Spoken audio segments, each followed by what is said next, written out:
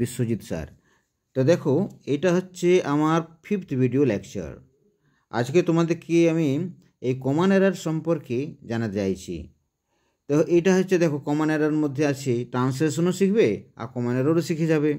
যেমন হচ্ছে question number 1, আমার বাড়ি যাওয়ার আছে। এটা কি হবে? উই আর হবে, না উই অ্যাম হবে, না ইউ ইউজ হবে? এটা তোমরা আগের থেকেই জানো। তাহলে হবে we are to go home. Okay. তারপর কোশ্চেন নাম্বার 2 হচ্ছে, আমার বাড়ি যাওয়ার কথা আছে। এখানে অনেকেই করে I am suppose two go home, I am expected to go home. তো কোনটা ঠিক?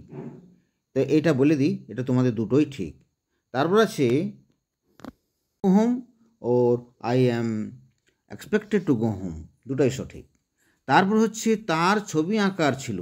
এটা কি হবে? ঠিক সেইভাবে করবে। হি was to draw a picture. হি এর সাথে তো ওয়ার ব্যবহার হয়নি, তো তার ছবি আঁকার ছিল হবে he was draw a picture, he was to draw a picture. Okay. তারপর নেক্সট দেখো, হ্যাঁ, তারপর আছে তাকে ভিক্ষা করতে হয়েছিল। হি হ্যাড টু বেগ আলমস। ওকে। তারপর আছে ছেলেটিকে মাঠে কাজ করতে হয়েছিল। The boy had to work in the piece of land. এগুলো সব হচ্ছে ইচ্ছার বিরুদ্ধে বাক্য। ওকে। তারপর আছে তাকে জরিমানা দিতে হতে পারে। এই যে তে হতে পারে, এরকম থাকলে কি হবে? He may have to pay a fine. Okay. তারপর দেখো নেক্সট, তারপর আছে তোমাকে ধারাবাহিকতা বজায় রাখতে হতো।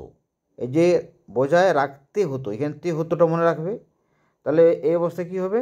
You would have to maintain consistency.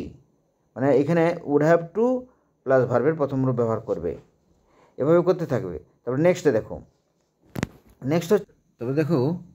Next হচ্ছে তোমার you would have to maintain consistency তো হয়ে গেছে। তো তোমার মন দিয়ে পড়াশোনা করা উচিত ছিল। এই যে করা উচিত ছিল, এটা মনে রাখবে। মানে পড়া উচিত ছিল, খেলা উচিত ছিল, লেখা উচিত ছিল, এরকম যদি থাকে তাহলে করবে you should have to studied attentively. অ্যাটেন্টিভলির জায়গায় উইথ অ্যাটেনশনও লিখতে পারো, মাইন্ডফুলিও লিখতে পারো, তো মনে রাখবে।